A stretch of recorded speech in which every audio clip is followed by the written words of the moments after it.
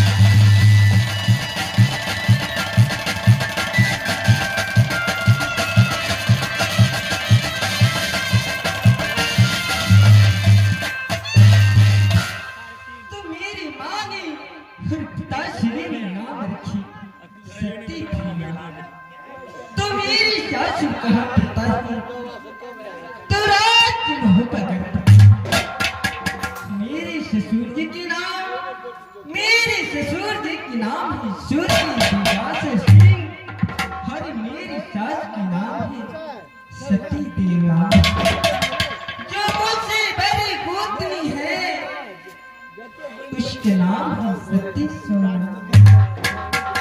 जिस दिन से मैंने राज मोरंगर से मेरे स्वामी ने डोला फना कर ले आए राज मोहपगर उस दिन से मेरी गोतनी सती सोना ने बेटी की तरह मुझे मानती है मैं उन्हें माँ की तरह मानती हूँ लेकिन एक बात है जिस दिन से मैंने अपनी नैहर में पैदा ली थी तो नित्य रोज माँ दुर्गा की पूजा करती थी हर माँ से यही अपील करती थी माँ मेरी सुखी संसार देना हर मेरी शादी कहाँ होना चाहिए जिस राज्य में 5 गुणों से यागर है लेकिन राज्य भंपा मेरी शादी मान कराई राज्य मोहब्बत के अंदर 5 गुणों से यागर है राज्य मोहब्बत के अंदर ही गुणमन बलमन धनमन मोहम्मद और ज्ञानमन 5 गुण की यागर है राज्य मोहब्बत मेरी वहाँ मेरे शादी हुई लेकिन जिस दिन से मैंने शुरू शिकार पति स्वीकरण करती हूँ हर अपने धरोखी पर बैठती हूँ तो 14 को राज मोहब्बत के अंदर मेरी सूरत की जोश से किया नहीं जलती इस प्रकार से मैं श्रृंगार करती हूँ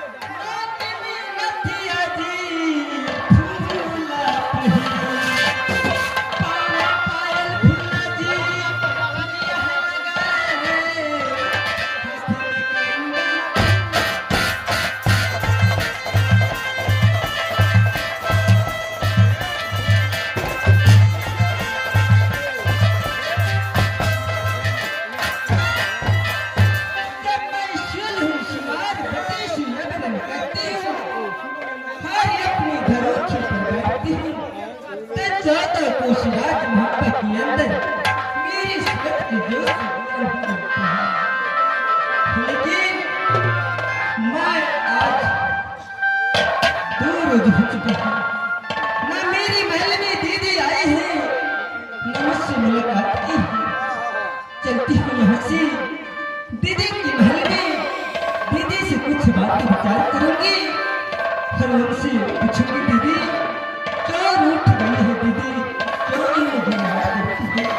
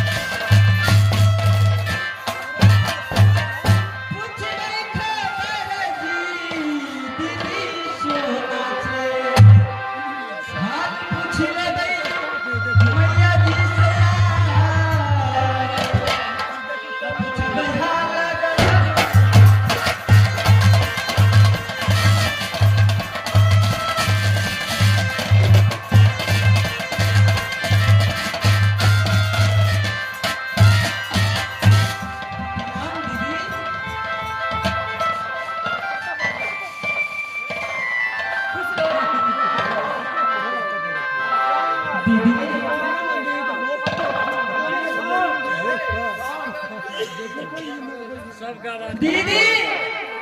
हरी बोलो ना दीदी, क्या बात है आज दूर हो से मुझे आप याद नहीं करती। जो नौरी है नौरी के हाथी आपने खाना बना देती है, लेकिन न जाने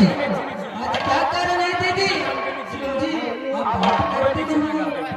क्या बात हो चुकी है, आप सिर उठ गई हो बच्ची फुला। हाँ दीदी ये बताओ राजमहल के अंदर क्या हुआ दीदी। राजमहल के अंदर सारी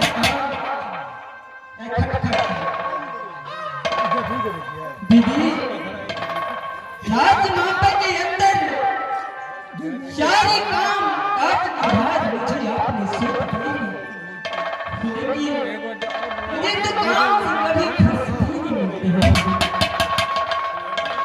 अरे जितनी तिजोरी की चाबियां हैं चाबी मुझे आपने दी, लेकिन आज मुझे